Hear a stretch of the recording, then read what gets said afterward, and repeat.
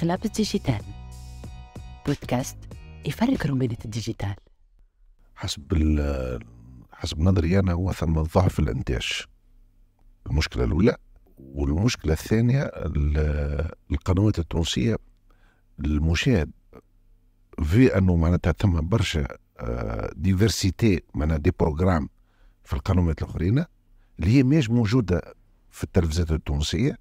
دوك هو معناها طبيعيا باش تفرج على هذاك هما الإذاعات اللي قلت عليهم ولا الليشان اللي قلت عليهم. المقدمين ولا المقدمات اللي في البرة الناس تزيد أكثر من طاقتها، تدخل على انستغرام، تلوج، تبحث، تزيد تقدم. معناها مش كان اللي عندها هي تزيد تحاول مع تو العلم تطور، تحاول تزيد دو بليس. ألور كو احنا هنا نقدموا نعملوا كلمتين ونروحوا، هذيك هي خدمتنا، ما نعملوش لو بليس. لاحظ انت تو مثلا في رمضان المشاهد التونسي يقبل على المشاهدة الكثيفة غاديك على خاطر ما ثم برشا انتاج معنا مكثف في رمضان. التلفزة التونسية واحد يتفرج في البرة قلبه يوجعه، يحس كأنه في عالم آخر. والتوانسة مهما يتقال يحبوا التلفزة. اليوم حديثنا على الشاشة المستطيلة اللي عاشت معانا سنين وكل مرة تتطور. جينا نفهموا علاش تلفزنا تعاني، وخاصة علاش اليوم معناش برامج تتصدر للبرة وتكون لمواسم ناجحة. حبينا نفهموا كيفاش يتقدم برنامج ناجح في التلفزة في عصر الديجيتال، وخاصة كيفاش اليوم المقدم التلفزيوني يتأقلم في عصر السوشيال ميديا. كل هذا باش نحاولوا نكتشفوه في حلقة اليوم. أنا عليا حكيم، اون ديجيتال أوليك، وانتم تسمعوا في حلقة جديدة من بودكاست خلابس ديجيتال، البودكاست اللي قرب من التوانسة الديجيتال ويحاول يفهم ظواهره وتأثيرهم في حياتهم اليومية. نبدأ من الأول، نخليو رواحنا صرحاء مع بعضنا. 3/4 ما عادش يتفرج في التلفزة إلا في المناسبات والأعياد وشوية دبلجة مسلسلات. فقر كبير صاير وأزمة وعرك ومعروك. 24% من التوانسة فقط يتابعوا الأخبار والبرامج على التلفزة حسب منظمة GHR. الحقيقة اللي رقم مازال باش ينهار حسب رأيي، وفي وجه برشا إعادات وتلبيز من الشركات وكل شيء عديه في سياسة هيك ماشية وكهو. أعمل دورة ما تلقاش حاجة تقول واو، محاولات، فورما قديم، انتاج ضعيف. حتى كي ياخذوا أخبار من السوشيال ميديا ويحاولوا يدخلوا نجاح الديجيتال، تحس اللي في تلبيز، محاولات خفيفة في شوية تلافز مع تشيشة بريزونس على السوشيال ميديا. أما شيء النافع ربي، تلافز قاعدة تسكر وتتنعوش كان في رمضان، الباقي مفشخوا في النوم. صنع الخبر ولا ضعيف والديكور ما عادش يتبع. كان نجح عمل في رمضان تلقى الناس الكل تحط فيه بيب بعد ما كلاه على مرمته من نقد من الأول. عنا سياسة إنه الدعم من الأول الانتاج صعيب. فما برشا حاجات في العالم العربي الناجح ما عناش برامج صباحية، ما عناش مسلسلات جديدة، ما عناش فقرات واضحة، ما عناش تغطية شاملة. كأنه العصر الرديء للتلفزة التونسية. إمكانيات اللي نعرفوه يخلصوا مليح، والثواني ببرشا فلوس ويربحوا في الكراهب. ومع هذا نفور تام لاي بي تي في والتلويج على البديل، مع استهلاك ركيك للإعادات الكل اللي خرجت من خشوماتنا. وسط هذا صفر تغيير لبرامجنا، مع قنوات قاعدة توخر بالتوالي. ومع هذا يلقى المقدم روحه يا تلفزة يا واحل، وقت اللي المقدم التلفزيوني اليوم لازم يكون عنده الأبجديات متاع لي KPI في الديجيتال. شخصيا هزيت يدي، ولدت حاليا عندي ريفيرونس متاع العالم العربي، هذا ما جبتش على العالم الغربي. والحقيقة عندي برشا زهر، لأنه حاليا نتسمى أخصائية روبريك صفحات التواصل الاجتماعي في برنامج يومي صباحي عربي اسمه صباح النور. نزيدكم الدلالة، حبيت نستغل الفرصة، فرصة رجوعه لتونس في عطلة، باش نحكيه معاه من غير فلتر. مقدم تونسي في برنامج عربي على قناة العربي. سعيدة جدا باش نحكيه معاه أمين بن حمزة، عسلامة أمين. سلامة يا عليا، مرحبا بيك. سافا سافا ترانكيل. أنا لاباس ياسر فرحانة. وأخيرا هالحلقة عنا عام واحنا نحكيو عليها الحلقة. صحيح. ربي بقي علينا الستر، خاطر ياسر خممنا فيها الحلقة هذه بحكم العشرة وبحكم ديما نقولها وديما نفكر الناس بها انه انا اول مرة نشد ميكرو وكونسول وديفيزيون لايف مع راديو انديانوس. نسلم برشا على التيم تاع راديو انديانوس الكل، والناس اللي كانت تسمع راديو انديانوس الكل نسلموا عليهم برشا. ان شاء الله واي نوت ان جور ان شاء الله نعاودوها. والله ان شاء الله محليها. تخيل لما الكل صحيح ثرو باك تايم ونعاودوا نرجعوا بنفس الانرجي ذيك وبنفس المحبه هذيك. فرحانه برشا اني انا معاك امين. وانا فرحان اكثر يا عليا. ميرسي بوكو، ميرسي على الانفيتاسيون. نعرفك مستمع وفي لخلافز ديجيتال. صحيح. وتحب برشا خلافز ديجيتال. صحيح. به ندخلوا في الرسمي طوله ديريكتومون. سبب نجاح امين شنو في التلفزيون العربي وفي النجاح العربي هذا الباهر اللي احنا ما عناش منه برشا توانسه لبرا ناجحين؟ حسب رايك شنو سبب النجاح؟ ميرسي ساعة على كلمة نجاح. خاطر النجاح في حد ذاته وقت اللي تحس انه اصحابك ولا الناس اللي دايرين بيك ولا الناس اللي تعرفك انه انت ناجح ولا تقول عليك ناجح، هذا في حد ذاته نجاح. صحيح. يعني هذا في حد ذاته نجاح. صحيح. اذا انا باش نحكي على النجاح في حد ذاته، انا نقول انه مازلت يمكن ما وصلتش للسوكسي الكبير على العالم العربي، ولكن كانت الفكرة كما تتذكر وكما حكيناها قبل، الحاجة اللي جات بشوي وجات بالزهر وجات سبونتانيمون ومشيت في نفس الثنية. هي جيست حاجة واحدة، وانه تأمن بفكرتك، تأمن بروحك. معني انت كنت تحكي على راديو انديانوس كيفاش كنا نجريو بالميكرو والكاسك قعدنا اون سو رابيل في الاوف باللي سوفونير، وقلنا قداش سيتي معنيش برشا دي مويان، مي كنا نخدموا في حاجه بروفيسيونيل ممكن نتحمل مسؤوليتي في الكلمه تكور برشا دي ميديا اليوم. معناتها كنا من غير حتى شيء. نسلموا برشا على خالد اللي معانا. كان خالد كي يحضر كوندكتور وماهوش فاهمش معناتها كوندكتور وما يعرفش وقتها اليبوك، ما يعرفش الكلمه اسمها كوندكتور. وهو يحضر لنا الكوندكتور وفما ترانزيسيون ما بين لي ديفوزيون. معناتها كيفاش كنا مش كان هذاك. انا نذكر حتى قبل والوقت هذاك واللي هي حاجه قديمه على الاخر، نحكيو 2009 و2010 عاليه.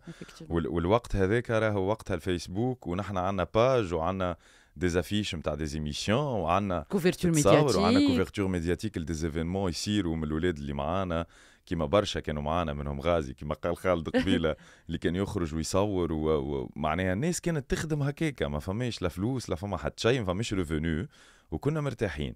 دونك كي نعاود نرجع لك للفكره، انا نقول انه الفكره هذيك اللي بدات انه بكالوجيسيال ونلوجوا على كاسك صغير نتسلفوا فيه بين بعضنا باش نطلعوا هكا ساعتين لايف على سيت ويب اللي هو ديجا معناها تطلع بيه هاكينج. انت معناها اصلا باش توصل يكون عندك اللين وتبعثوا للعباد باش العباد تسمع هاك ليميسيون هذيك. دونك وقت اللي امنا وقتها بالفكره سي نورمال كي باش تخرج لبرا وتحاولوا انه توصل في الشيء هذاك، تلقى روحك انه انت كنت تخدم بلا حتى شيء. فما بالك وقت اللي تجيك فكره باش تخدم مع ناس بطريقه اخرى، معناها بطريقه شوي بروفيسيونيل وتتعلم منهم. وهذا كان الحق عالي اللي جربت نعمله. راهو انا من اول نهار بديت فيه في التلفزيون العربي نعتبر روحي نتعلم الى حد اللحظه هذه. انا مازلت نتعلم في التلفزيون العربي، مازلت في مرحله اولى. ماكش في المرحله نتاع راديو انديانوس انها بيان سور هي المهمه معناها، يعني هي ممكن اللي دخلتك للعالم هذاك. صحيح. يعني انا كما جاش راديو انديانوس بدات راني قعدت في نفس الدومين اللي انا قريت، وراني قعدت في السينما وراني قعدت نخدم في الشيء هذاك. راني بتتخ وراء الكواليس وراء الكاميرا، ويمكن رانا في حاجات اخرى معناها مش في الشيء اللي انا فيه اليوم. راديو انديانوس بدل برشا حاجات، والخرجه لبرا كيف خلتنا وانه نشوفوا انه العالم هذاك ما همش خير منا، ما همش احسن منا، نحن نجموا نكونوا بيناتهم ونجموا نفكوا بلاصتنا. سورتو انا ديما اللي نقولوا انه خاطر نحن ديما عندنا مشكله مع التونسي كي يمشي للاعلام العربي يحس روحه شويه صعيب يلقى بلاصته بحكم لهجته، بحكم يمكن ثقافته المختلفة عن الثقافة في المجتمعات الشرقية في المونداراب. ما بصراحة معناها وقت اللي تحاول تحط روحك تشالنج معهم وتفك بلاستك تفكها وتكور بيهم بلغة نورمال، معناها خلينا نقولوا بلغتنا احنا معناها، فهمت؟ بالعكس نجموا نوصلوا. عنا برشا توانسة ناجحين اليوم. نشوفوا نحن مثلا في الناس اللي موجودين، خاصة كي نحكي في القنوات الإخبارية الكبيرة، تلقى عندك توانسة مهمين برشا كمقدمي برامج وكصحفيين يمكن يظهر العدد شوية ولكن اكسلون متميزين. بيان سور يسون اكسلون. انا ناخذ برشا ديزيكزامبل من عندنا في العربي، عندنا ديزيكزامبل باهين برشا معناها، ان كان ناس مديرين في التحرير، ان كان ناس معناها صحفيين تبارك الله عليهم وعلى خدمتهم، ان كان على التقنيين زاد كيف النومبر نتاع التوانسه اللي موجود نومبر كبير وبالحق كفاءات مش نورمال. وحتى في المقدمين وفي الاعلاميين اللي منهم برشا، مثلا هكا نسلم عليهم فرد مره سونيا الوافي واماني بن خليفه ورانيا دريدي وجمال عزديني، هذوما ناس انا معناها سلموا عليهم برشا معناها واصدقاء وزملاء، ولكن محليهم تبارك الله عليهم.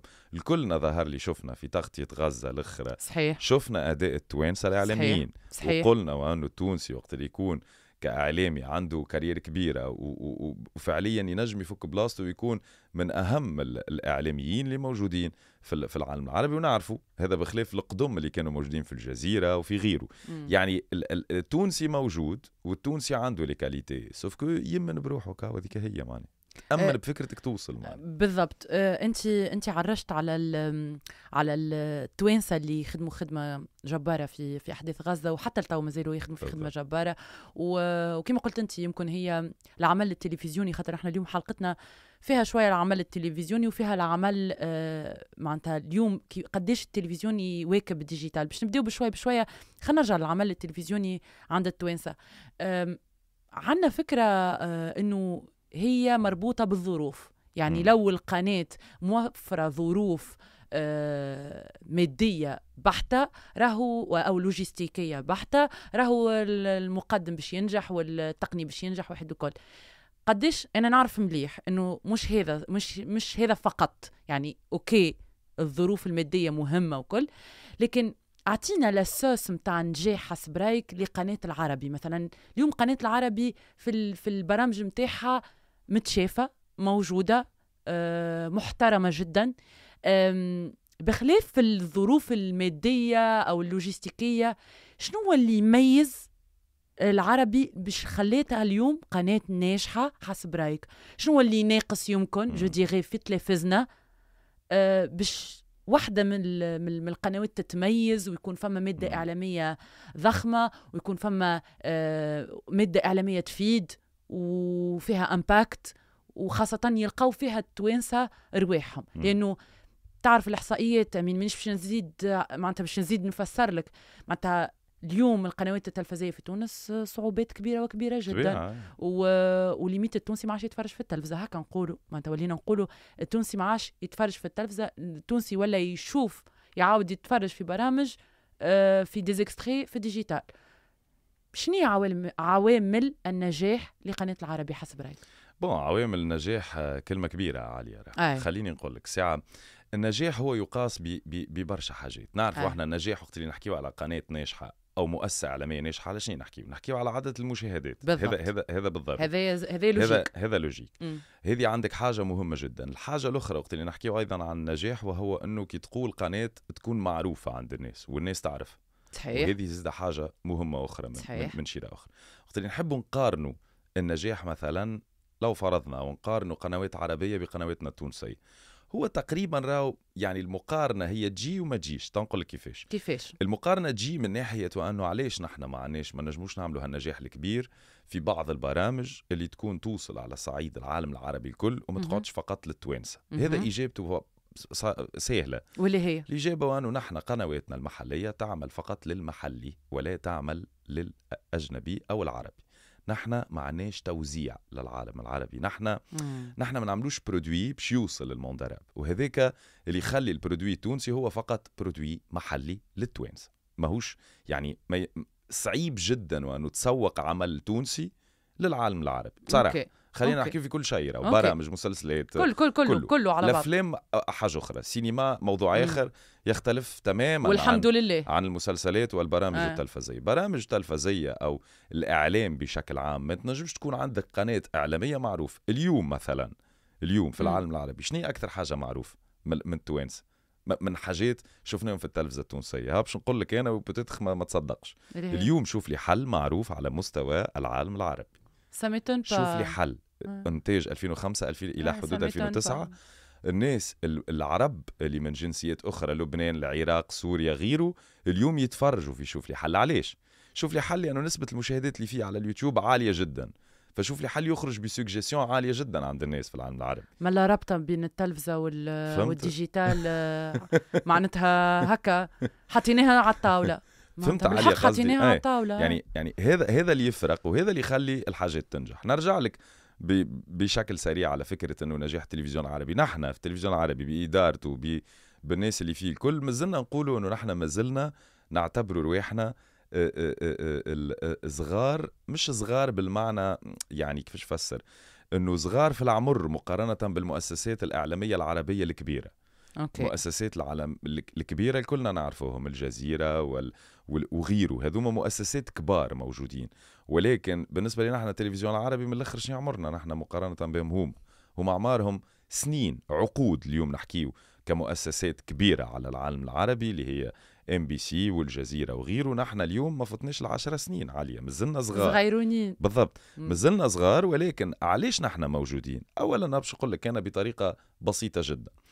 الهدف من التلفزيون العربي واللي هو حتى اللي نحن يتعدى كموظفين فيه ونمثلوه، الهدف هو أنه نحن نقدم مادة إعلامية لكل العالم العربي، مادة فيها الثقافة بشكل أساسي، مادة تثقيفية، نخبوية نوعا ما للمثقفين، ولكن أيضا بعد ما تعاملت التلفزيون العربي 2 اللي هي تقدم المادة الترفيهية التثقيفية أيضا مع حدود معينة ما تتجاوزش الأمور الأخلاقية، تقعد في إطار عائلي وحتى في الإطار الشبابي، هي حاجات ترفيهية ولكنها في نفس الوقت دايما يكون فيها حس ثقافي مهم باش يقعد يوصل للناس الكل. اختيار هذا الاختيار، رؤية. هذا الاختيار من التلفزيون العربي. اليوم نقولوا التلفزيون العربي علاش في السنوات الاخرى كان موجود بقوة؟ لأنه تغطياته مع كل ما حصل في العالم كانت تغطيات بصراحة خلينا نقولوا بروفيسيونيل واحترافية كبيرة جدا.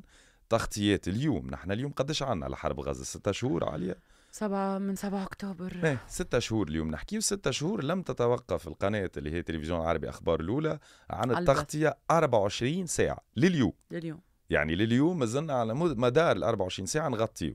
نزيدك معك لأنه الحرب ما زالت قائمة لليوم. نحن القناة الوحيدة المسموعة في غزة، مسموعة هي لا تشاهد في غزة ولكن مسموعة، لأنه نحن بالتعاون مع بعض طبعا شبكات الراديو اللي موجودة في فلسطين خلينا أنه القناة تكون مسموعة باش يسمعوا الغزاويين الأخبار، باش يسمعوا العالم، الصوت يوصل. يعني تقريبا هي الوسيلة الإعلامية الوحيدة اللي منها يعرفوا. نحن مثلا يسألون يقولوا علاش كي تقولوا أسماء الشهداء تقولوا بأسماء العائلات؟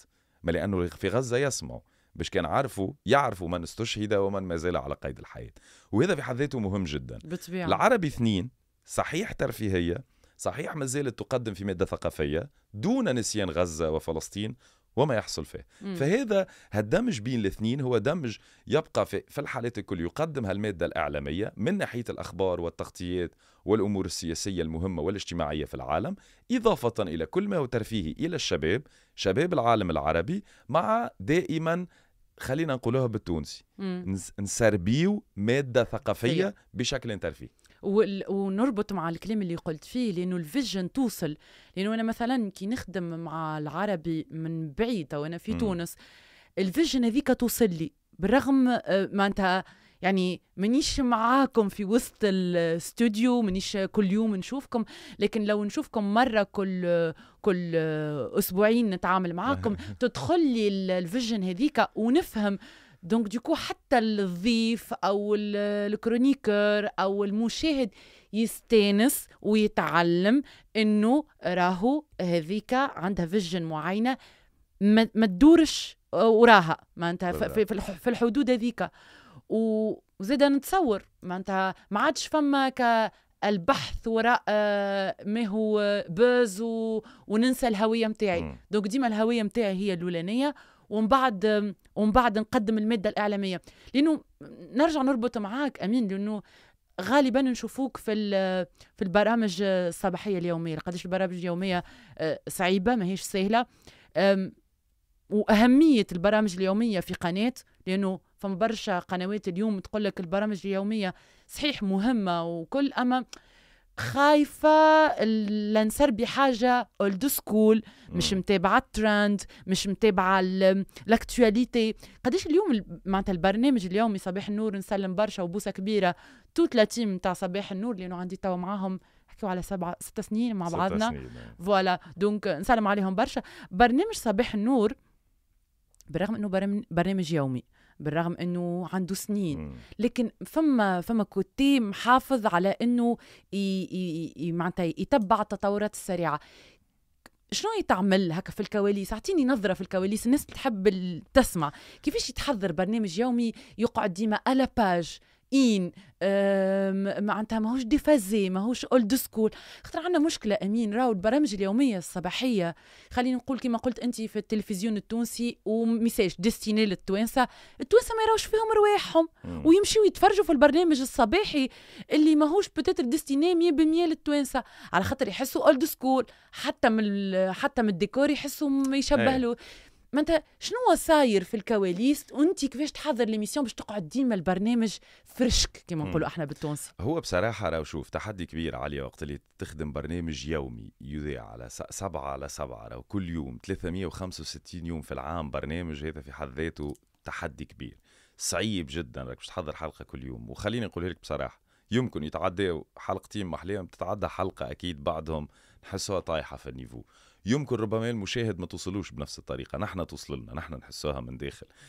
صعيبة برشا الخدمة متاع كل يوم، صعيب التحدي انه كل يوم تخدم، يعني كل يوم عندك حلقة يوميا ورا بعض، ومعناها انه ما تقفش. هو بصراحة راهو هي القوة الكل قوة فريق، راهو باش نكونوا واضحين، لانه وقت اللي كل فريق متجانس، يعني كي يخرج واحد مثلا في عطلة ولا واحد لا قدر الله صار معاه ظرف صحي ولا حاجة، الفريق ياخوا على بعض، يهزوا على بعضهم. هذه حاجة دو انت قلت حاجة مهمة جدا، انه نتبعوا الترند، ما نحن هذاك الهدف. نحن برنامج تاع صباح، انا كي باش نحل القناة التلفزة الصباح باش تفرج في برنامج مثلا، شنو اللي يهمني باش نسمعه الصباح؟ بحسب انا بطبيعه الحال انه نحب نسمع شنو فما جديد، اخبار اكتواليتي، ربما ما نحبش نسمع اخبار برش، فما ناس مغرومه تسمع اخبار صباح، ولكن فما ناس يحب يسمع فما جديد وكهو بطريقه سريعه، وتهمني المواضيع نتاعي نتاع حياتي اليوميه.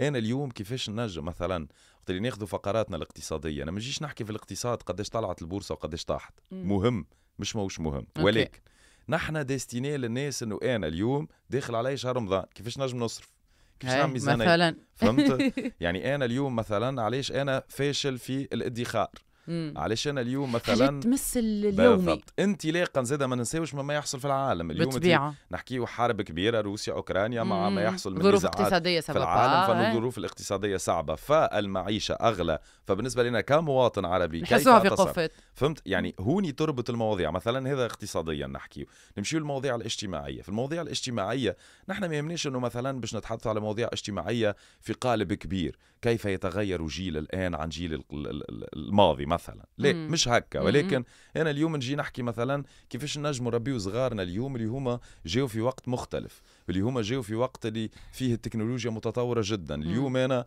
ماذا يؤثر هذا على الاولاد الصغار من ناحيه الامراض النفسيه، من ناحيه برشا حاجات اخرى، فهمت؟ يعني ديما الموضوع لازم ديما مربوط بالاودينس اللي تعيش فيه كل يوم يوميا. وحاجه اخرى نقولها لك، نحن راهو حتى ناخذ من حياتنا، معناها نحن شنو يصير معنا. انا اليوم مثلا صار معي ظرف صحي معين، اوكي، ما علاش ليه نطرح الموضوع ونجيب طبيب ونحكيو فيه.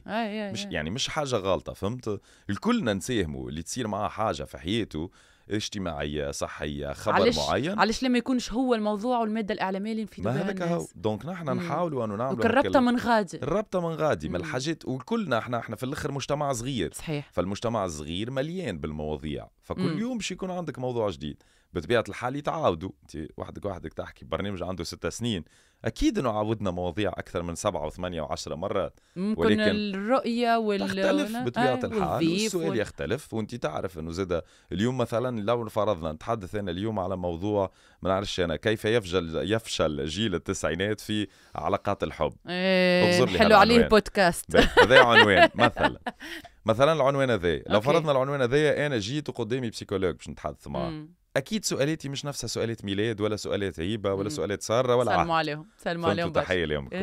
دونك مش نفس السؤال يختلف لانه انه نظرتي انا للموضوع مختلفه عن نظره الاخر. فهمت؟ فهذا اللي يخلق نوعا ما جو مختلف في صباح النور. ونقول لكم اللي ان شاء الله صباح النور نعطيك سكوب اللي كنت نحب السكوبات اللي تجي في البودكاستات انا. صباح النور ان شاء الله باش يكون في حله جديده انطلاقا من سبتمبر الجاي. فما عمل على انه يتم تغييره نوعا ما من غير ما ندخل في التفاصيل لانه مازلنا في طور تحضيرها، ولكن ان شاء الله كيما اي برنامج نحاولوا دائما انه نجدوه باش يقعد ديما جديد. هو شاء الله في سبتمبر هو كل معناتها الفريكونس كي نتفكر كل 3 سنين فما روح جديده، فما روح جديده والناس اللي نجحت تكون موجوده وقديش مهمه انك تسوي التطور وتقعد ديما تجدد من روحك. لانه السيكل والبرودكسيون تاع التلفزيون مع تحديات الديجيتال تفرض عليك يمكن انك كل مره تعمل ابديت جديد. باش نربط شويه مع الديجيتال، والحقيقه نحب نحكيو عليه كومي سودوا. الساعه خلينا نبدا من الاول. كيفاش جات الفكره متاع انه برنامج يكون يحكي سينما اللي هي خلينا نفكروا الناس التخصص متاعك صحيح في برنامج تلفزيوني وخممت فيها بلاتفورم بودكاست. الربطه منين جات؟ وهل هالكوتي اللي فيك متاع انك تحب تدخل عالم ديجيتال؟ نعرف مليح اللي انت ما انت انا التيم متاع الصباح النور يقولوا لي اسمعني ما تختارنيش موضوع صعيب في الديجيتال وفي السوشيال ميديا خاطر امين مش معانا في الحلقه. قولوا لي كيف فما موضوع صعيب راهو امين معانا في الحلقه، دونك ليتس دو ات نعملوا موضوع صعيب وتكنيكال لانه نعرف شغفك بالديجيتال. كيفاش جات الفكره من الاول؟ وهل الفكره جات من الاول مربوطه بالبودكاست والا لا حبيتوا تعملوا فورما نتاع برنامج جديد وقلتوا واي نوت نربطوه ببلاتفورم ديجيتال؟ هو بصراحه اول حاجه ساعه الفكره تبنيت على اساس انه يكون عندنا برنامج سينمائي فقط، برنامج يكون عنده رؤيه سينمائيه مختلفه. ماري تيريز نعرفوا كلنا انه عندها خبره في هالمجال بطبيعه الحال، تحيه كبيره عليها سلم عليها برشا. ماري تيريز صديقتي وعشيرتي اي والكيمياء بيناتكم ياسر محلاها ياسر محلاها. فماري تيريز معناها كانت انه عندها مده تحب انه تكون في برنامج متخصص في السينما نظرا الى تخصصها وعلاقاتها الكبيره. بصراحه ماري تيريز يعني انا من الناس اللي مبهور فيهم في تاريخها. ماري تيريز عملت انترفيوهات مع ناس كبار، نحكيو على ناس مهمة جدا في مجال السينما، نحكي على بيدرو المودوفار، نحكي على كيف روبرت دينيرو. يعني تخيل إنسان عامل انترفيوهات مع هالناس هذوما في عالم السينما وحضر في مهرجانات كبيرة. قديش ينجم يعطيك فقديش ينجم يعطي في بالضبط في برنامج سينمائي. الفكرة متاع وجودي أنا هو بطبيعة الحال لأنه معناها تخصصي في السينما، فأكيد أنه عندي فكرة على برشا مواضيع خاصة فك التاريخ السينمائي والمواضيع اللي ما نعرفهمش على السينما. جيت فكرة برنامج انه نسميوها سينما بطريقة بسيطة جدا. سينما اسمه البرنامج. فكرته انه نحن موجودين في قالب الكواليس، في كواليس استوديو بطريقة هكا شوية معناها فيها بطبيعة الحال الضوء، فيها خلينا نقولوا الاستيتيك دو سينما باش تكون تطلع على شاشة تلفزية بطريقة تقنية مختلفة. هذاك متفقين فيه.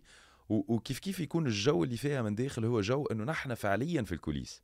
يعني نحن مش قدام كاميراوات ولا قاعدين نقدموا في برنامج، نحن في الكواليس ونحكيوا على السينما.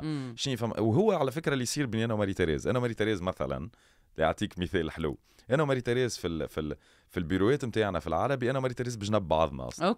فحديثنا يوميا عن الافلام وش فما جديد وكذا. يعني كأنكم هزينا اللي كان في البيرو حاطينه في استوديو. فكرة البودكاست كيف جيت؟ لأنه نحن كان عنا أنه من برشا فقرات في البرنامج عنا فقرة معينة تعنى بالتحاليل السينمائية، الاناليز سينماتوغرافيك، واللي هي حاجة نحبوها على الأخر. الاناليز سينماتوغرافيك كيف نحطوه في قناة يبث للمشاهدين الكل على اختلاف أعمارهم وهم شنو يحبوا.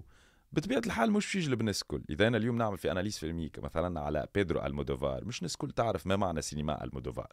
هي نجم يكون شوية الموضوع يكون متخصص فقط للسينمائيين أو للسينيفيل. فهمت؟ يعني ديستيني للناس أودينس نيش كما نقولوا احنا. فوالا ديستيني للناس هذوك. فاش قلنا نحن؟ قلنا كي نصوروا نعملوا البودكاست كامل يكون موجود على اليوتيوب، واللي يحب بيان سور ينجم يحضروا ويسمعوا ويتفرج فيه.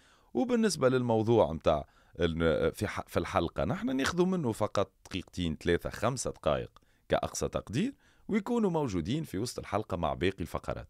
يعني الفورما اللي يطلع على القناة واللي هو 26 دقيقة، فورما برنامج متخصص في السينما أسبوعي يتناول كل الأخبار الجديدة والمهرجانات والتغطيات، روبورتاجات من هوليود اكسكلوزيف، مع بطبيعة الحال موضوع سينمائي صغير اللي هو 5 دقائق، اللي هو بالأساس مأخوذ من بودكاست. البودكاست نلقاوها على اليوتيوب تشانل بتاع العربي 2 موجود مهما كان طول البودكاست. أنا نذكر فيه موضوع نحكي فيه على فيلم ليدون، الصراحة بينا الموضوع قعدنا ساعة نسجله في البودكاست ساعة. يعني لو تخيل الساعة دي كانوا باش تعرض على شاشة صعيبة صعيبة. باغ كونتر الفورما نتاع البودكاست يخول لك ممكن على اليوتيوب ما عندكش مشكل. والحق معناها يعني الحمد لله أنا نذكر من أول حلقة نحن توا عنا 8 حلقات سينما. الحلقة الأولى والثانية ما كانتش فيهم عدد المشاهدات الكبير بطبيعة الحال نظرا للبرنامج الجديد. أنا فرحان برشا مثلا اللي وقت اللي نلقى حلقة اللي فيها البودكاست عن فيلم بوب مارلي نلقاها واصلة أقل حاجة 30,000 في وقت قصير، واللي هي كانت تعتبر بالنسبة لنا احنا إنجاز إنه نخطو لها الرقم في وقت قصير جدا. هذه حاجة حلوة. ومن بعدها بدأت كل المواضيع الأخرى تجيب بعدها أقوى وأقوى، وإن شاء الله مازال في سينما ما يجي ما أقوى إن شاء الله في البودكاست. واعي أمين إنه الكروس بارتاج ما بين التلفزة والبودكاست ما هوش موجود. ايه قليل موجود يعني شوية عليا بدي البريود الأخرى يكون موجود. الحمد لله. يعني الحمد لله. يعني البريود الأخرى بدينا نفهمه في بعض. شوف الناس اللي تخدم في التلفز جينيرالمون والناس اللي تخدم في مجال الإعلامي فهمت إنه اليوم ما تنجمش تكون في الإعلام وانت ماكش موجود في الديجيتال. هذا لا شك فيه. إعلام وديجيتال هي حاجة ولات مربوطة ببعض. كما قبل شكونا نحكي فماش تنجمش تكون انت في إعلام من غير ما يكون عندك مثلا إنه رؤية إعلامية أو نص معين أو فكرة أو توجه للناس مستمعين. بعده اللي نحكي على مشاهدين يعني بدينا راديو وتيلي بخلاف قبلهم الكل كنا بالصحافة المكتوبة وكيفاش كانت توصل المعلومة. اليوم ولينا في الديجيتال اليوم أمر فرض على كل الإعلاميين وكل من هم في مجال الإعلام، مفروض علينا. إذا ما ندخلوش فيه لن ننجح. هاو من الأخر كيفاش باش ندخلوا فيه؟ يلزمنا ندخلوا فيه بطريقة ذكية. الذكاء إنه تكون موجود معناها الذكاء إنه تدخل للعالم الديجيتال. لازمكش تدخل للعالم الديجيتال بطريقة كلاسيك أولد سكول كيما التلفزة والديجيتال يفرقوا وذاك اللي صاير في قنواتنا التونسية مالوغزما. صحيح أمين خليك صريحة معي. ما أنت 3 أرباع اللي صاير يحبوا يدخلوا في الديجيتال ولكن يا اما يدخلوا اولد سكول والا لا يقولك اسمعني وده موجوده برش يقولك انا اليوم عندي تلفزه لا انا لست بحاجه للديجيتال. كيفاه ما تجيش وقت اللي انت لازم يكون عندك الديجيتال قبل التلفزه. انت كيفاش توصل للناس؟ اليوم الناس ما عادش نوصلوا لهم بالطريقه القديمه. اليوم الناس راي ما عادش تحل التلفزه بالطريقه العاديه. اليوم انت تحب تمشي تشتري تلفزه عاليه تشتري تلفزه باش تحطها في الدار. انت كيف تشتري تلفزه اليوم شنو باش تشتريها؟ سمارت لانه ارخص وهذاك اللي متوفر في السوق. ما عادش عندك تلفز بتاع قبل. كيف تشتري تلفزه سمارت كي تحلها تلفزه سمارت تجيك قنوات كيما قبل ما تجيكش قنوات يخرج لك ابليكاسيونات اليوتيوب بعض الابليكاسيونات الاخرى نتفليكس وغيره وانت تختار. اليوم الانسان ولا يختار فيش يتفرج. نحن اليوم التلفزيون العربي ومؤسسة فضائيات والعربي بشكل عام شبكة التلفزيون العربي اليوم عندنا منصة اسمها العربي بلاس. نحن اليوم نخدموا للمنصة أكثر من أنه نخدموا للواد لأنه مجبورين أنه نكونوا موجودين على الشيء ذاك. هذه حاجة فرضها علينا واقعنا اليوم. يزمنا نتأقلموا مع الواقع وإلا باش يهرب بينا التران ونقاروا إحنا نحن مازلنا نقدموا في حاجات قديمة والعالم كله تطور. وأنا أعطيك إكزام البودكاست في حد ذاته. أفكار البودكاست كانت أفكار قديمة قبل دون لو طون كان موجود البودكاست. أول ما بدأ الراديو كان فما حاجات اسمها بودكاست. صحيح وتنجم ترجع تسمع كي نرجع نحن 10 سنين ولا 15 سنة التالي كانت تجي الواحد تقول له نحب نعمل فكرة متاع بودكاست يقوم يضحك عليه. بالطبيعة اليوم موجود حصل اليوم قديش فما من بودكاست في العالم؟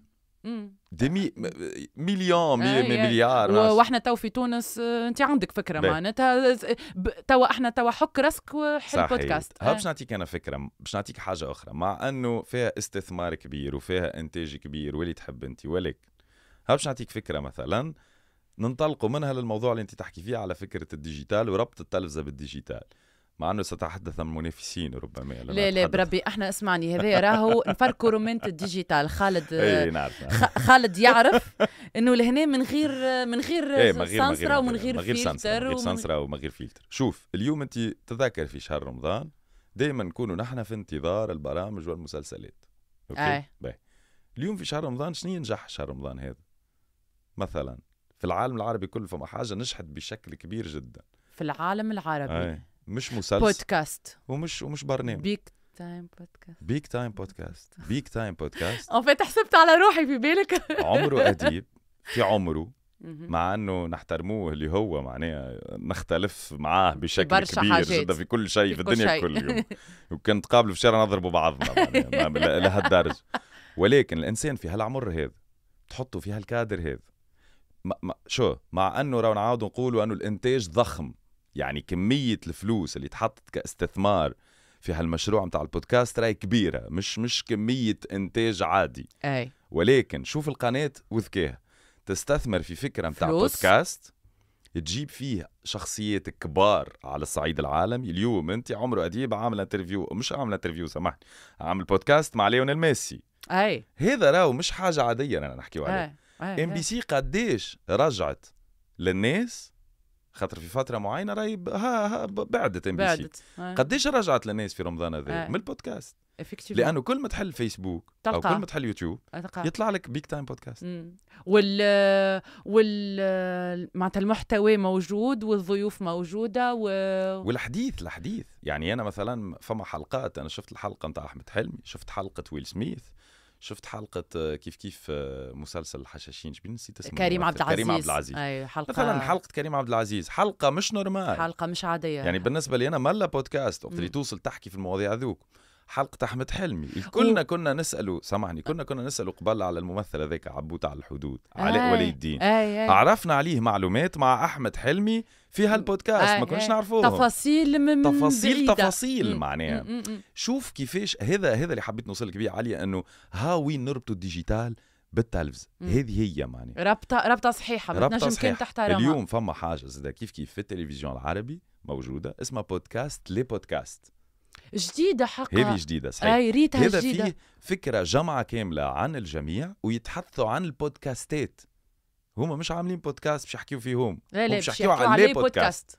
فهمت؟ اوكي معناتها بودكاست دي بودكاست صحيح. والفكرة مع انه من اول حلقة فيها نجاح كبير برشا، وهذا اللي يخلي انه القنوات، فهمت شنو علاش قلت لك انه التلفزه اليوم لازمها تستثمر في الشيء هذا. انت اليوم مثلا فما عندنا قنوات تونسيه ما زالت مع الاسف في نفس البلاتو، في نفس الناس، ما زلنا في نفس الحلقه هذيك نتاع الجمهور يصفق من تالي وكرونيكوريت ونحكيو وانا نعملوا حوار هذا وهذا يسب هذاك الاخر يرجع وحوار مكتوب يعني مازلنا قدم شويه تحب ولا تكره. يمكن فما شريحه من التوانسه يحبوا شيء ذاك يتفرجوا فيه، ولكن انا نقول لك انت ما عطيهم كان هذاك بطبيعه الحال ما باش تفرجوا كان فيك انت، يعني انت ماكش عطيهم حاجه اخرى. ولكن الناس اللي متفتحه واللي تتبع واللي نحنا وسوشيال ميديا وديجيتال هربنا نتفرجوا في حاجات اخرى عاليه اليوم. اي معناتها كما قلت انت، معناتها قلت انت عمرو اديب نجم نختلف معاه في برشا وانا شخصيا، لكن ما نجمش ما نحترموش خاطر ما جاش قال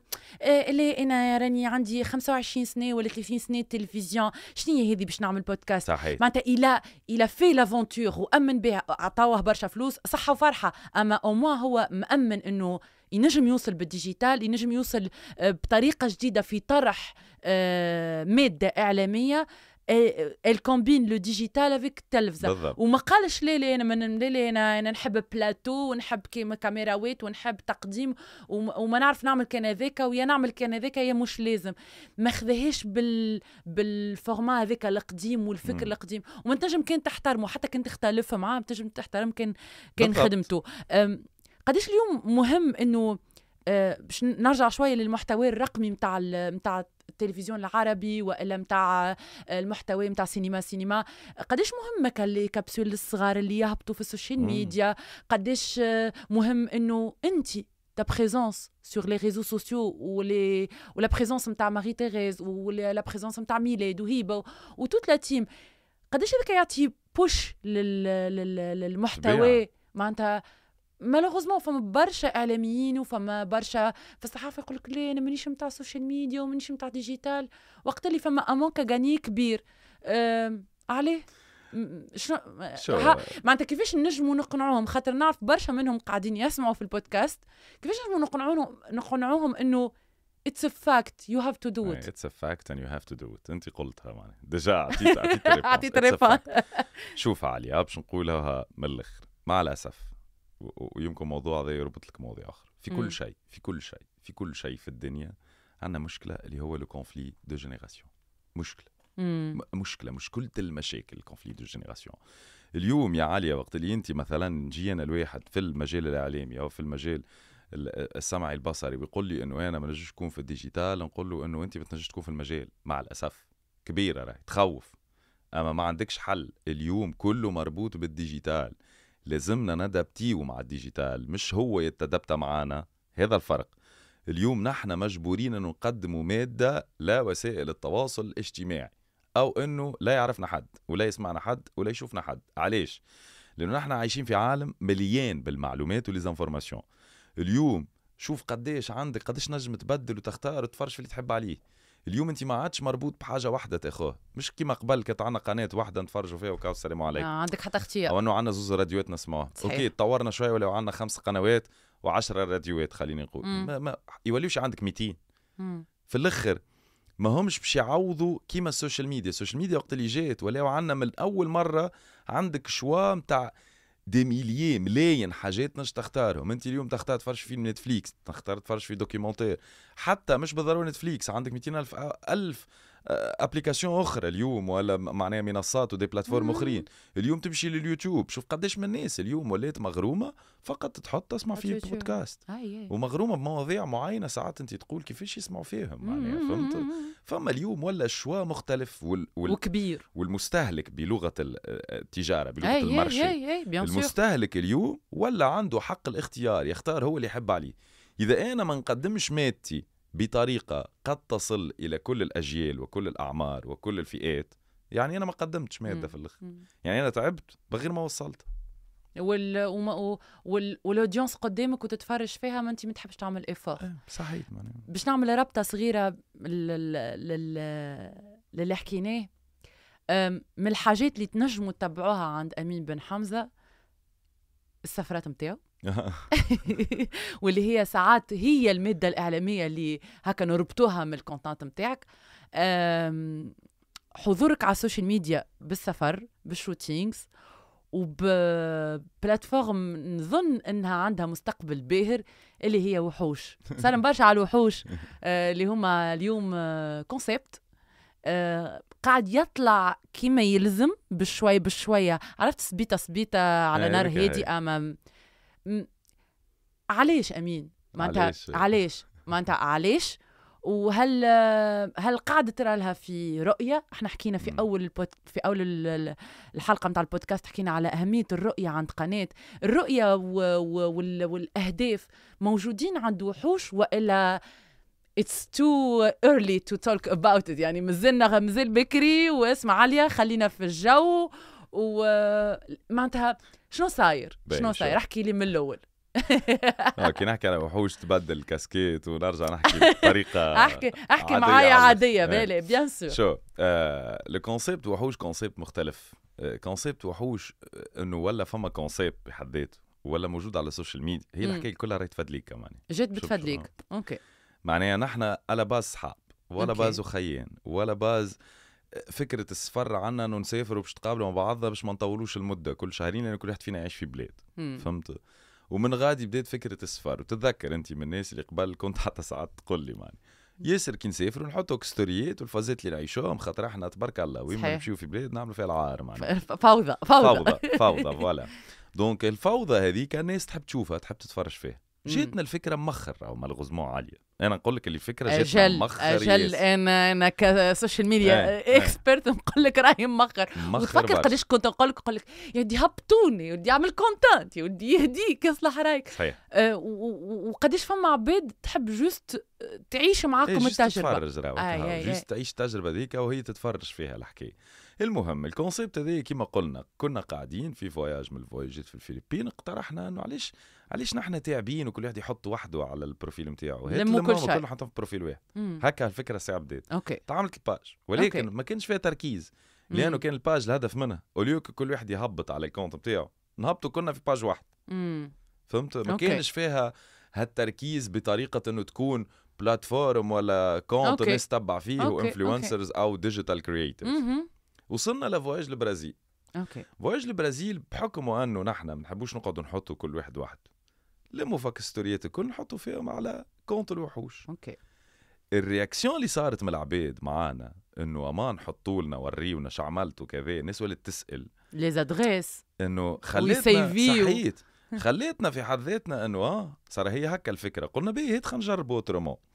نذكر قاعد وحدي حتى هما ما في بالهمش راهو الكل عملت هكا خاطر خالدوني معناها حتى هما في بالهم. جربت وحدي فكره قلت هيت خلينا نجرب نعمل نوعا ما فلوج نحكي فيه على مدينه مشينا لها في البرازيل ما يعرفها حد، اكتشاف كانت ونحن في رحلتنا غادي، وهيت خلينا نجرب نحكي عليها للناس.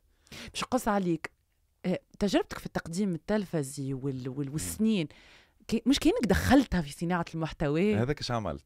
صحيح ولا؟ والله هذاك ايش عملت. والله صحيتك بالحق صحيتك. هذاك اللي عملت. جبت فيديو يحكي على هالمدينة بعيدة فخر الدنيا، فيلاج فيها 6 ديار 7 ديار، ظهر لي ما فما شيء معناها بحر ودايرة بها كلها صحراء ودي ديون وفيها بليزيوغ اكتيفيتي مش معروفة في البرازيل، ماهيش ديستيناسيون للتوريست. جينا قلنا هات خلينا نجرب نلمك الفيديوهات ونحكي عليهم فوف بطريقتنا احنا.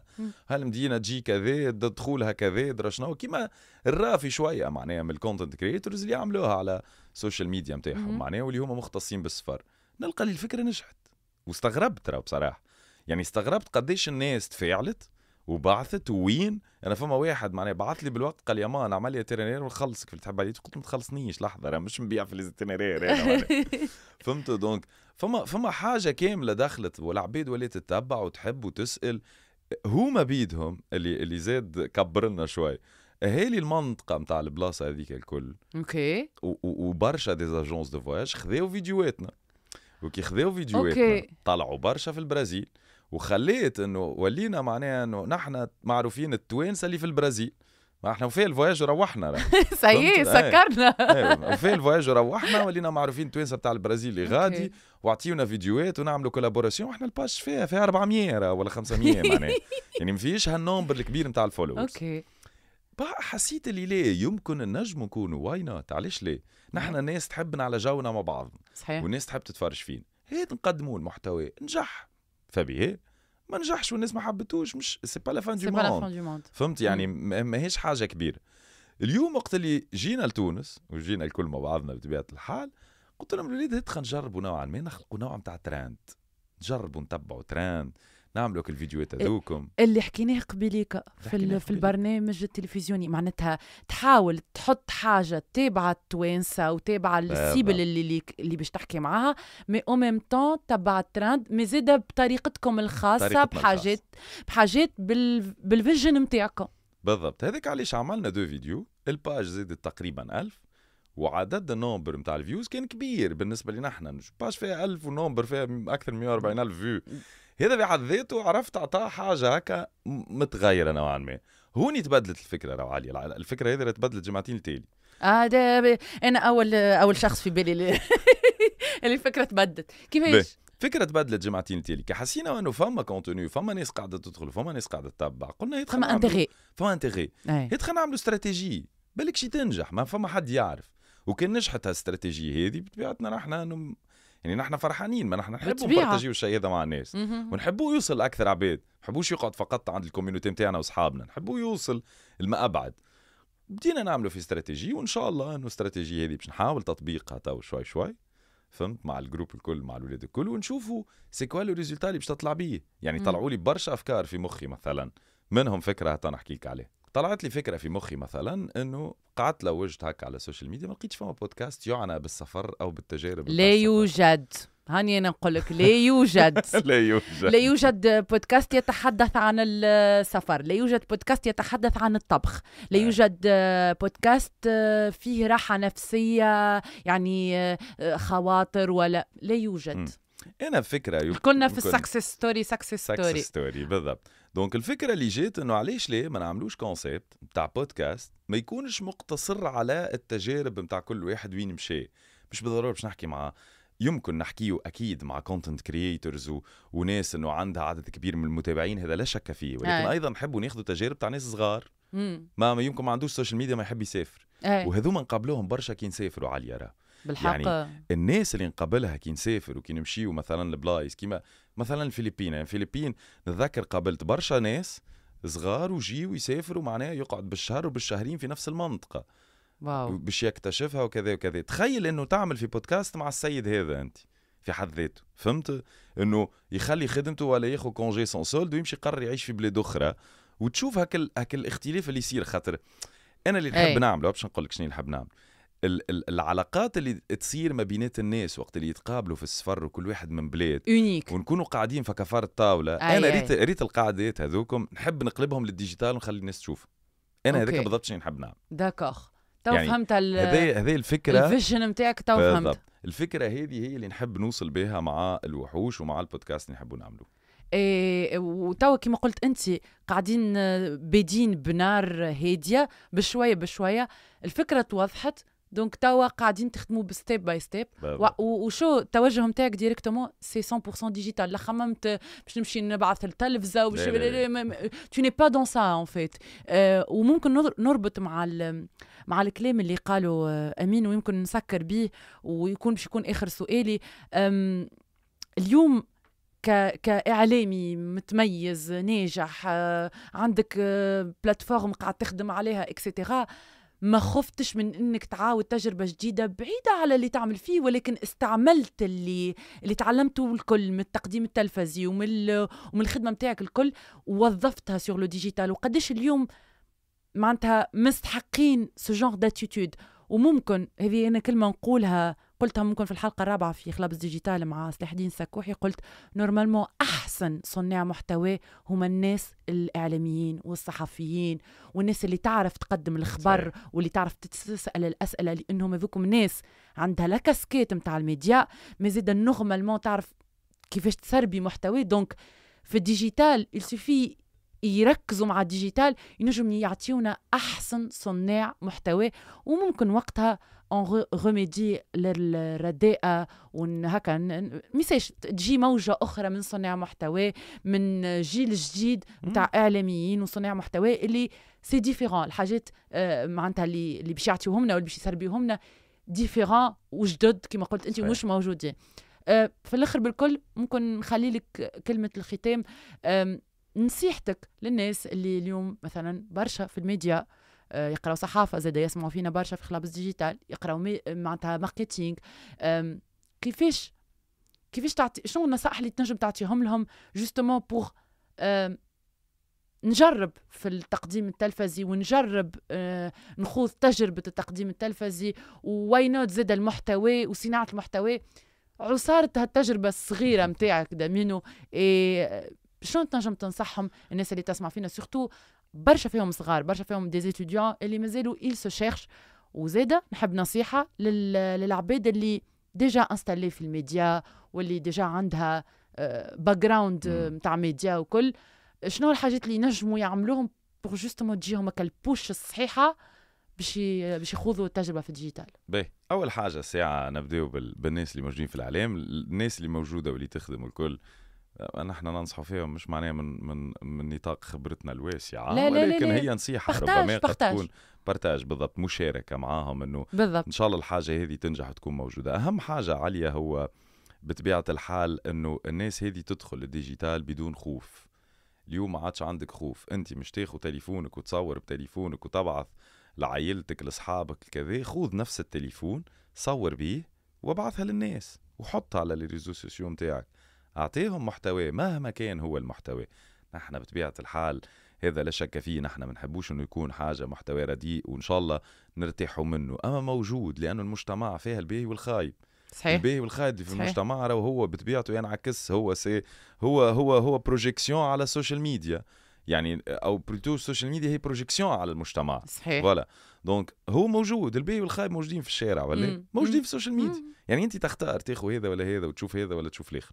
فنشجع ناس شد تليفونك وصور واعمل اللي تحب عليه، مع العلم وانه رانا مانيش الكونتنت كرييتورز ولا هالخبرات اللي نحن عنا ملايين متاع فولورز ونحن نفهموا في الالغوريتم دو السوشيال ميديا. حاجه اخرى نحب نقولها على السوشيال ميديا، انساو الجوريتم وانساو طفيوها هذوك استراتيجي وسيتينج وبدل انساوهم هذوكم الكل.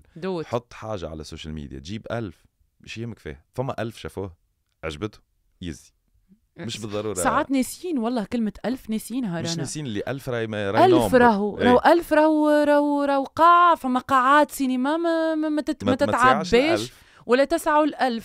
ما انت يتفرجوا فيك 1000. صحيت. انا هذا اللي نحب نقوله، يتفرج فيك 1000 ولا يتفرج فيك مليون، خليك ديما ما تغزرش للرقم بالشكل هذاك، الا اذا انت داخل فيها بمنطق تسويقي، معناها تحب تبيع الشيء هذاك ويوصل للناس بطبيعه الحال. وقتها نوليو نحكيو على حاجه اخرى، الناس جدد في الدومين، وخليني نقول لهم الديجيتال انتم ولاد ديجيتال ساعه جدد في الدومين، لانه جينيراسيون جديده وكبرت في هالعالم هذا، فاكيد انه خبرتهم بصراحه تكنولوجيا وديجيتال اقوى من بالطبيعه. مجال الاعلام. وهذا اللي انا نحب نقوله. برشا عباد والله يا علي يسالوني ساعات يقولوا لي امان دامينو كيفاش دخلت كيفاش بديت ودرشنيه. والله سي سامبل، انا والله من الناس اللي بديت بالزهر وبالحظ. بالحظ خليني نقول، انا فما كاستينج مشيت عملته ودخلت بديت نخت. اي امين اغزر لي. مشيت عملته سي امبورطون. ما خفتش خاطر فما فرصه باش تجي قدامك. مشيت انا بديك هكا. حتى اي فام انا سيتي كومون اي فام سيتي بالزهر. سيتي اون انونس في وسط باج فيسبوك نتاع فخري نسلم عليه برشا، وقال جو شيرش اون فوا فيمينين كرونيكوس انتريسي، وبعثت الميساج شو المخ يقول لي امبوسيبل يجاوبني. هي نفس الفكره، ما هي كيك. اما يو دو ات تشجع واعمل. انا وقت مشيت عملت الكاستينج مع التلفزيون العربي، دخلت عملت الكاستينج وخرجت وقلت امبوسيبل باش يكلموني.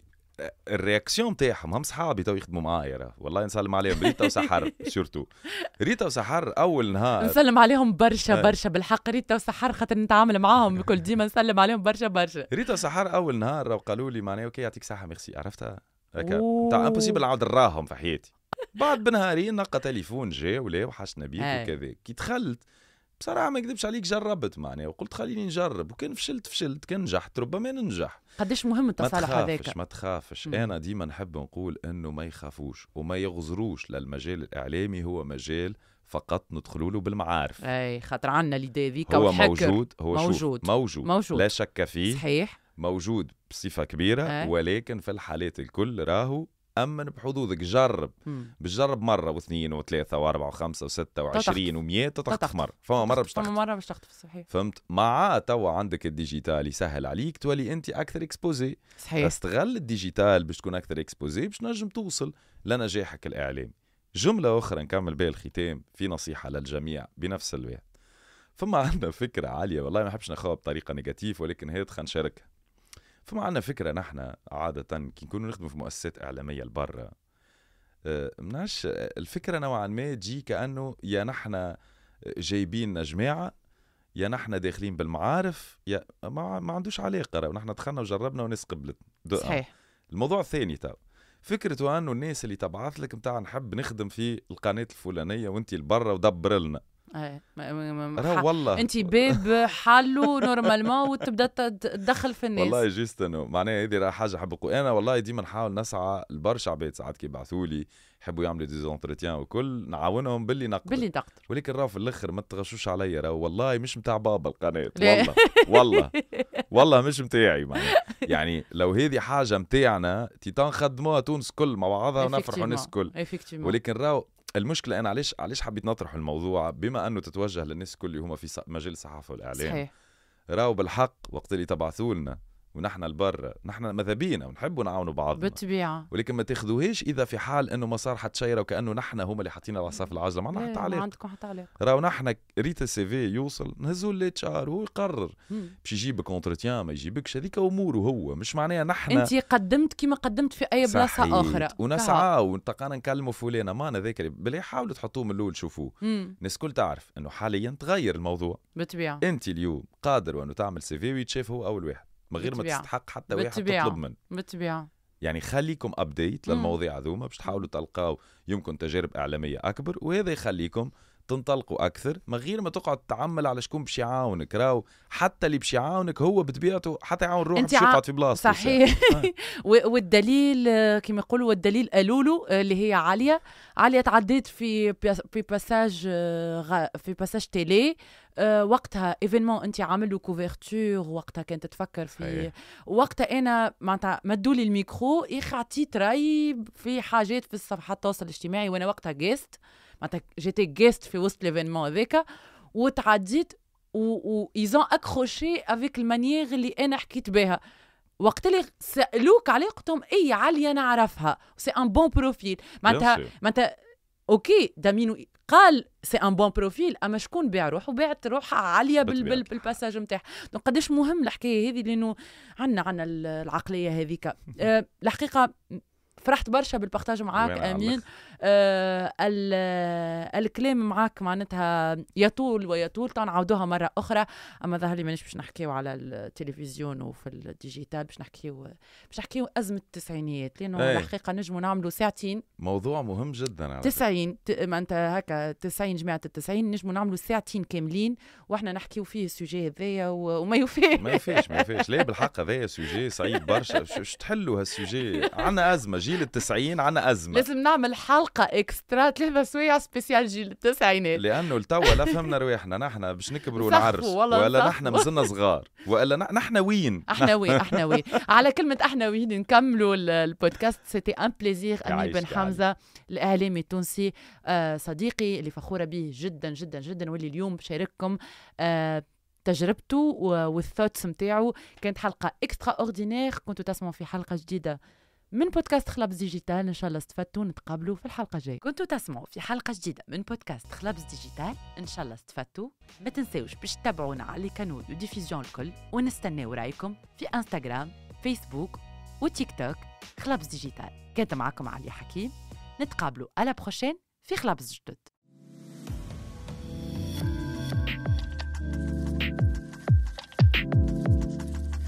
البودكاست هذا مسجل في استوديو وفروا البروغرام ترانسفورماسيون ديجيتال de la GIZ Tunisie.